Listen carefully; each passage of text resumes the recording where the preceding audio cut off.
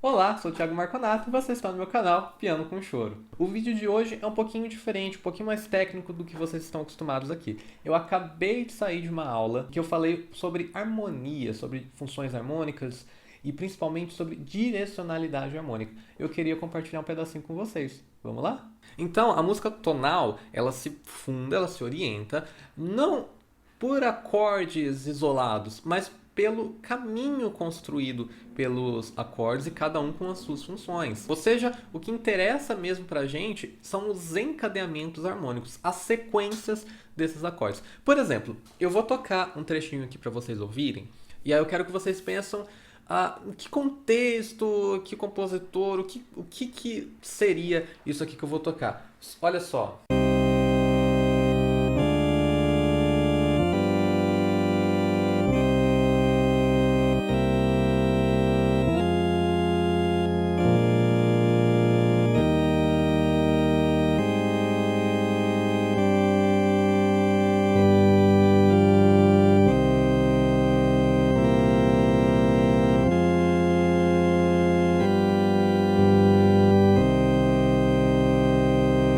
O que vocês me falariam de que período histórico, de que época, que contexto que é isso aqui que eu toquei? Isso aqui pra mim, gente, é órgão, isso aqui é Bach, isso aqui é Buxtehude, barroco. A gente tá falando lá de alguns séculos atrás.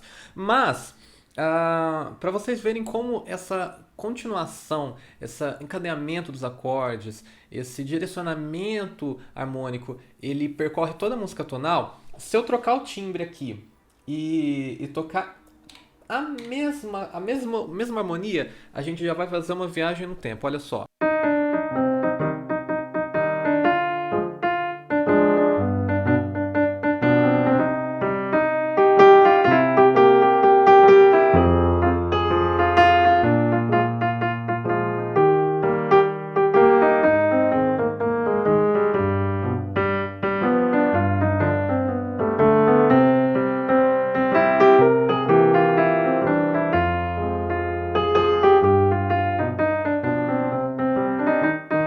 Isso aqui já é Caetano Veloso, Cajuína, pra quem não conhece. Agora a gente já tá lá em Teresina. A gente já tá no finalzinho do século XX. Caminhamos aí 300, 400 anos de história. E a mesma base harmônica, o mesmo direcionamento, o mesmo encadeamento harmônico continua se repetindo. E aí, pegando o gancho dessa música, o Cajuína, do Caetano Veloso, ela começa com uma frase que pra mim é bem emblemática e vai ser o gancho aqui pelo qual eu vou falar o que eu vou trabalhar hoje. A música já começa com uma pergunta muito direta. Existirmos. A que será que se destina? E essa aqui é engraçado porque o Caetano coloca uma pergunta que meio que já nos dá um tipo de resposta. Porque se ele está se perguntando a que se destina, então ele já meio que se coloca como se a vida, a existência, se destinasse para alguma coisa. A existir não existe por si só. Há algo além da existência, que é uma finalidade, é um destino, alguma coisa para a qual você vive, você existe. E aí a gente já pode pensar que na vida, então, o interessante normalmente não é a inércia, não é quando as coisas ficam paradas, é o movimento. É quando as coisas estão caminhando, estão indo para alguma coisa, alguma finalidade, algo para frente, o destino, enfim. E o que gera normalmente o movimento é a tensão.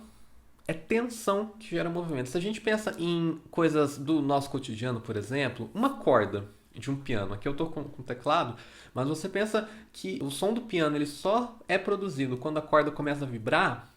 Não é interessante para a gente quando a corda está parada, é quando ela está se movimentando. É aí que surge o som. Se um carro, por exemplo, ele está parado, não faz muito sentido. Se um avião ele está em solo somente, não faz sentido. O interessante é quando a corda vibra, quando o carro está em movimento, quando o avião está voando. É para isso que eles foram criados. Só que eles não vão ter esse movimento sozinhos, do nada. Eles não são capazes de gerar isso. Alguém precisa ir lá e movimentar a corda. No caso do piano, bater a tecla de um violão, tocar a corda de um instrumento de corda friccionada, passar o arco. É aí que gera o movimento e é aí que gera o som. No carro, ele não vai andar sozinho. Ele vai ficar parado, a não ser que alguém vá lá, acelere, o motor engrene e ele tenha o atrito com o solo. É aí que vai gerar o movimento. Mesma coisa o avião, se ele estiver em solo, não acontece nada. Ele precisa dessa movimentação também e ela precisa do impacto com o ar. É o peso do avião versus o impacto com o ar que faz ele voar. Ou seja, quando está tudo bem, quando está tudo parado, quando está tudo inerte, essa que eu chamo aqui de resolução, quando está tudo normal, é importante, né? O avião precisa estar em solo para fazer sentido voar. Se um avião só voar também não faz muito sentido. Mas para se chegar na resolução e a gente dar o devido valor a ela, a tensão é primordial. A gente só sente que o carro parou porque antes ele estava se movimentando. No campo musical, o negócio não é diferente. É justamente um movimento, a tensão e a resolução intercaladas, esse jogo entre tensão e resolução que dá sentido para a música que a gente chama música tonal. E aí que eu quero falar agora sobre direcionalidades harmônicas. Em termos de harmonia, a música tonal ela se baseia na direção dos encadeamentos. Eu falei agora há pouco que a gente tem os acordes isolados, a gente tem as funções desses acordes, e essas funções só têm sentido quando elas são colocadas um a um. É justamente quando nós temos um acorde de tensão que vai pedir uma resolução. É isso que eu estou chamando aqui de direção dos encadeamentos, de direcionalidade harmônica. E essa direcionalidade ela sempre vai andar nesse jogo: afastamento versus aproximação, tensão versus resolução, confirmação versus negação da tonalidade e assim por diante, que a gente vai falar um pouquinho mais pra frente. A gente já pode pensar nesse jogo de tensão e resolução na melodia. Por exemplo, aqui um trechinho da Sinfonia número 40 do Mozart. Primeiro violino, bem no comecinho. Deixa eu tocar uma vez para vocês ouvirem. Se vocês repararem, a gente tem um jogo aí de tensão entre meio tom. A gente tem um Mi bemol e um Ré. Mi, Ré, Ré, Mi, Ré, Ré, Mi, Ré, Ré. E aí ele termina... Então, é como se aqui a gente tivesse 3 unidades. A primeira gera-se essa tensãozinha. A segunda reforça. A terceira reforça. E resolve.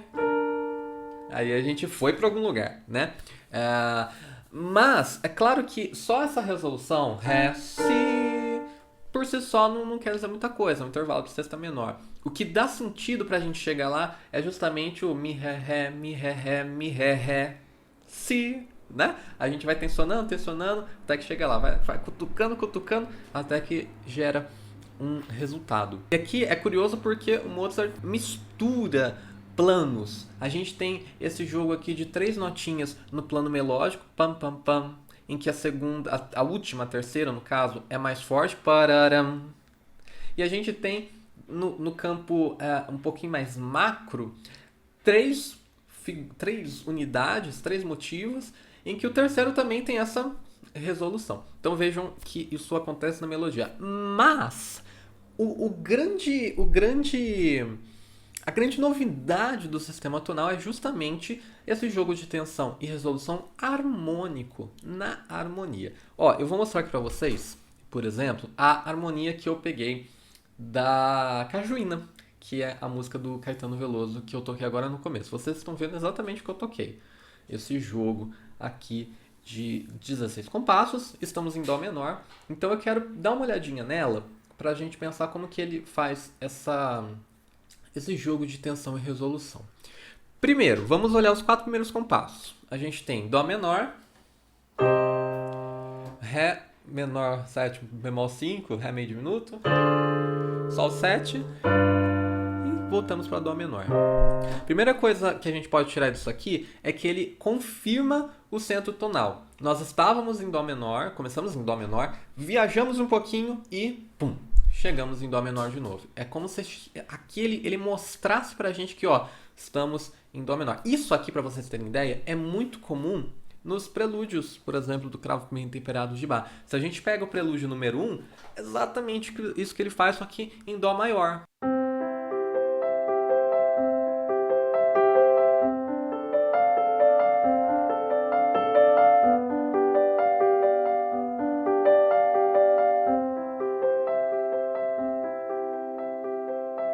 Se eu só pegar isso aqui e jogar para esses 4 acordes que vocês estão vendo aí do Cajuína, vai dar a mesma sensação, só que em Dó menor no caso.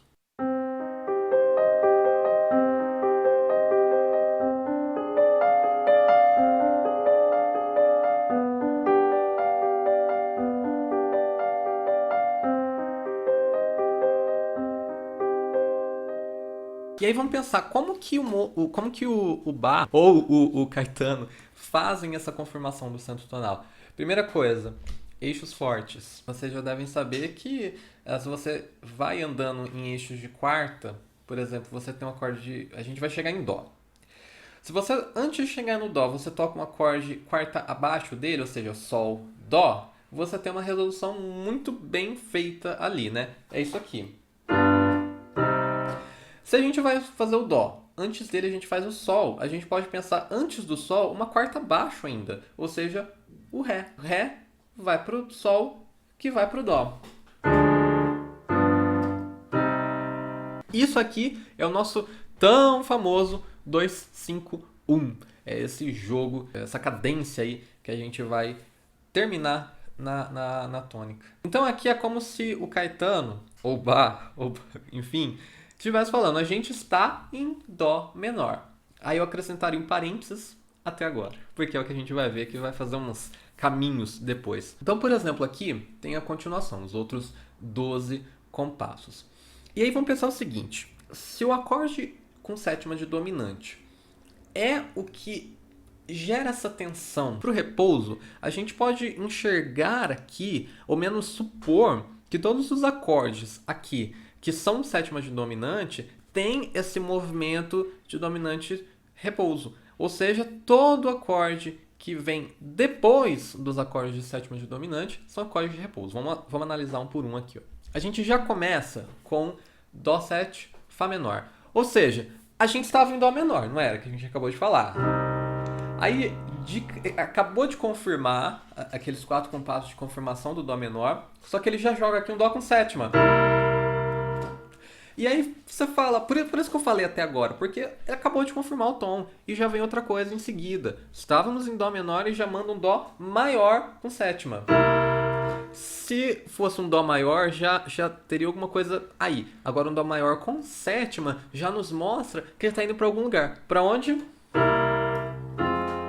Para o Fá menor. Isso aqui é a dinâmica básica de modulação.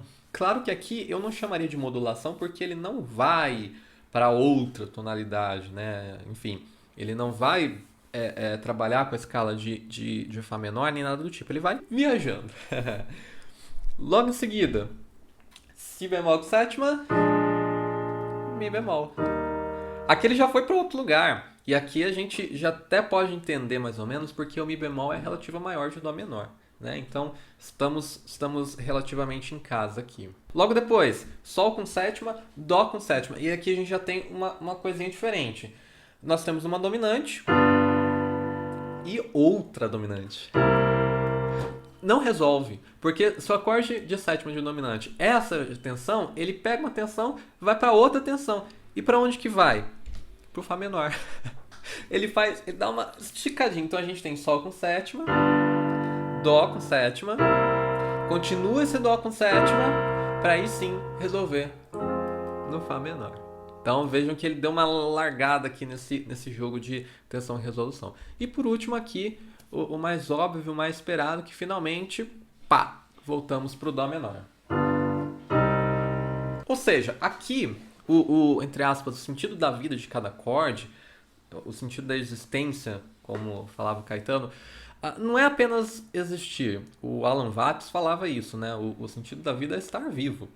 Não. A existência existe em função da expectativa de alguma coisa que ela se destina. Era meio que como o Caetano fala. Eu acho muito interessante esse jogo. Já vem essa pergunta existencial no começo, essa coisa mó filosófica, mas a harmonia também induz isso. E aí que a gente pode pensar nessa coisa de direcionalidade. Ou seja, a música tonal, ela é teleológica. O que é isso? Ela está sempre caminhando para alguma coisa, para alguma finalidade. Ela sempre está indo para algum lugar. E aí, nesse jogo, a qualquer momento, qualquer repouso pode virar uma nova tensão. E essa tensão vai gerar um novo repouso, que pode confirmar o repouso anterior, ou pode já indicar um outro centro tonal. Enfim, é sempre esse jogo. E aí entra o princípio do encadeamento harmônico que falava o Schoenberg. É uma boa sucessão dos acordes. Uma boa sucessão de acordes é o que gera um bom encadeamento harmônico. Então, o sistema tonal, ele é construído sobre um jogo de poder no qual a capacidade de gerar esse conflito, de gerar essa tensão, é dialética à capacidade de apaziguar esse conflito. Claro que, ao longo da história, a gente vê que esses conflitos ficam cada vez mais intensos, cada vez maiores, e o apaziguamento, a resolução fica mais difícil, ou mais tardia, ou menos interessante. Assim como aqui no Bach, no Caetano, a gente viu que ele levou a um trecho ali 4 compassos para chegar numa resolução, se você vai para Wagner, parece que é um negócio infinito, assim. É como se ao longo da história a harmonia vai criando caminhos mais longos para ir deslizando de um centro para outro, sem que a gente saiba muito bem onde que é, de fato, o ponto de chegada. Você pensa que chegou, mas sempre tem um outro degrau logo à frente e vai indo. Então aí, só para terminar, eu queria dar algumas indicaçõezinhas aqui para vocês. Em primeiro lugar, Cajuína, do Caetano Veloso. Para quem não conhece essa música, eu vou deixar um link para vocês, que é um show ao vivo do Caetano, em que tem o Jacques Morelenbaum tocando violoncelo. E aí eu chamo a atenção por um solo de violoncelo que tem no meio da música. É como se tá aquele ritmo de shot, aquela coisa bem de Teresina e tal, gostosa do Nordeste. E no meio tem um parênteses enorme, que é esse solo de violoncelo que o Jacques... Igual a gente juntou barroco com shot, barroco com Bach com Caetano, o Jacques consegue absorver no violoncelo dele ressonâncias de mundos diferentes, mundos musicais. A articulação do arco imita uma moda sertaneja, ele brinca com intervalos que remetem a essa proximidade entre o Nordeste e o Oriente, enfim, muito, muito bacana. Também aqui um livro do José Miguel Wisnik, O Som e Sentido, principalmente o capítulo 3, tonal, ele fala sobre isso que eu falei hoje.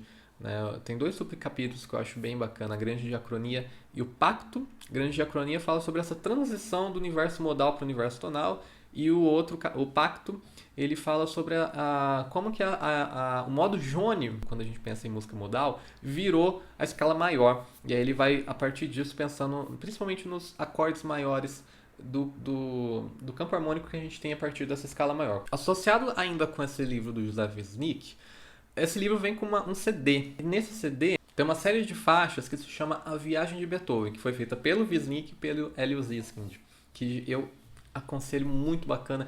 Ele faz jogos com sintetizadores. Nossa, é muito bacana, muito bacana. Também vou mandar o link para vocês, que tem disponível aqui no YouTube. E por fim, o livro Harmonia do Schoenberg, principalmente o capítulo menor, que o livro do Schoenberg é uma grande referência. Enfim, esse foi um trechinho aqui da aula que eu dei. Espero que seja útil para você. Apesar de não ter falado especificamente sobre choro, a gente pode fazer muitas relações, porque o choro ele está muito baseado nessa questão de direcionalidade harmônica lá do barroco, lá do classicismo. Nesse sentido, o choro é muito ligado com a música europeia. Mas a gente vai falando disso nos próximos vídeos. Se você não é inscrito aqui no canal, já te convido a se inscrever, deixar seu like, que a gente se vê nos próximos. Um abraço!